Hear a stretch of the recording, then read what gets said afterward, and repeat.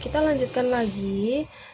Ini untuk mekanisme dari reaksi adisi itu sendiri ya. Jadi ada dua mekanisme reaksi. Jadi yang pertama itu ada concerted dan yang kedua adalah stepwise. Jadi kalau concerted itu reaksinya lebih cepat karena dia langsung berikat atau terikat secara bersamaan. Jadi kalau misalnya ini sebentar. Misalkan ini kan ada suatu propena. Jadi ada suatu propena. Kemudian propena itu akan berikatan dengan HCl. HCl-nya akan langsung berikatan dengan C yang tadi ikatan pi-nya sudah diputus. Jadi secara langsung bersamaan langsung terikat, langsung jadi ini ya suatu kloropropana. Nah, kemudian kalau reaksi yang kedua itu ada yang namanya reaksinya bertahap. Jadi ada dua tahap yang terjadi. Nah, di sini biasanya dapat menghasilkan suatu karbokation atau suatu radikal. Sebetulnya sama antara concerted dan stepwise. Jadi secara tidak langsung pasti akan terbentuk karbokation atau radikal. Tapi jika concerted ini reaksinya akan berlangsung secara lebih cepat. Jadi ketika sudah terputus langsung berikatan dengan suatu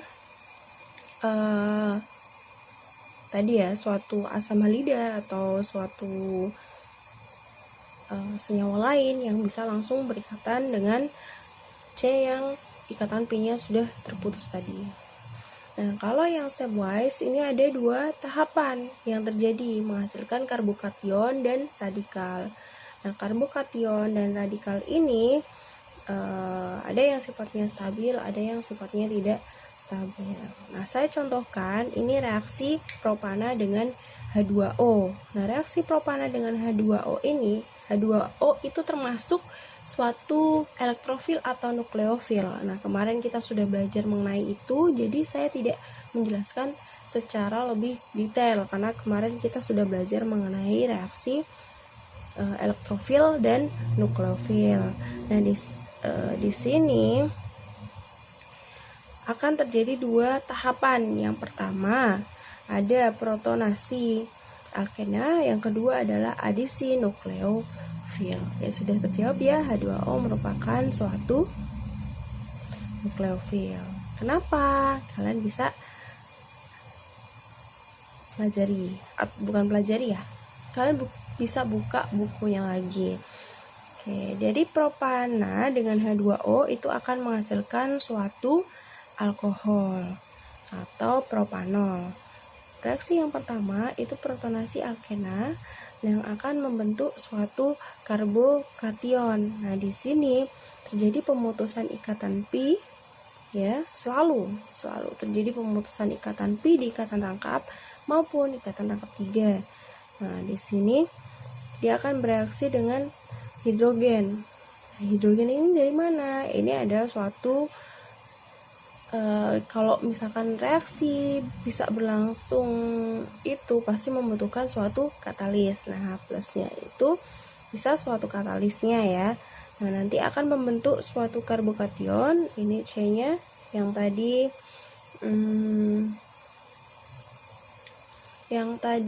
C-nya terputus ikatan pi-nya karena ada H+ ini akan cenderung menempel pada H yang lebih banyak. Pada H yang lebih banyak ini akan ada tambahan. Jadi H3 elektronnya ada di C-nya ya. Yang tadi kalau kita jabarin kan tadi gini. H ini H2. Nah, nanti menjadi C. Ini putus pi-nya. Jadi CH yang punya satu elektron, CH2 ini juga punya satu elektron. Nah, satu elektron ini yang satunya akan berikatan dengan H+ membentuk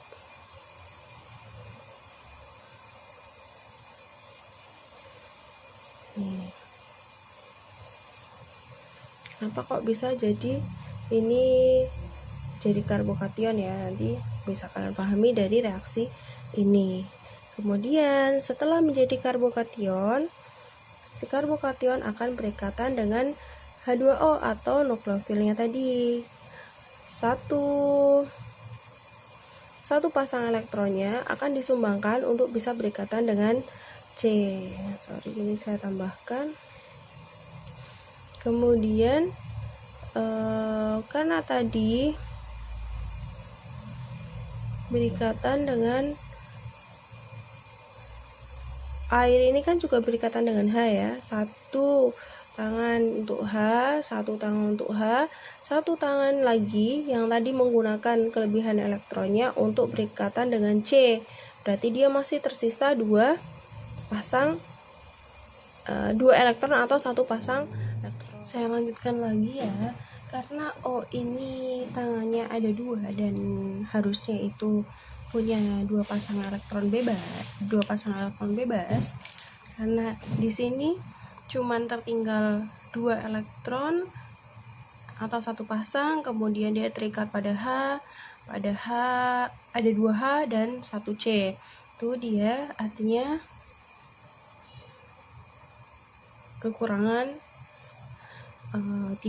tidak stabil ya O-nya, jadi dia memiliki muatan positif. Nah, untuk bisa stabil, dia harus mengambil elektron yang ada pada salah satu ikatannya. Yang diambil adalah ikatan yang di H, karena itu lebih mudah untuk dilepaskan. Dia ambil elektron yang ada pada ikatan antara O dan H, ini ya, diambil, kemudian H-nya akan terlepas menjadi H+. Di sini jadilah suatu propanol. Oke. Jadi masih ingat ya, kalau dia bermuatannya positif artinya dia kekurangan elektron. Kalau dia bermuatannya negatif berarti dia kelebihan elektron. Oke, sekian penjelasan dari saya.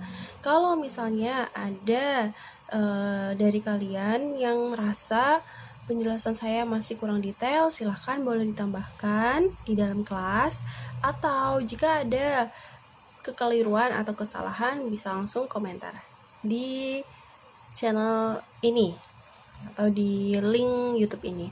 Oke, terima kasih. Saya tutup dulu. Wassalamualaikum warahmatullahi wabarakatuh.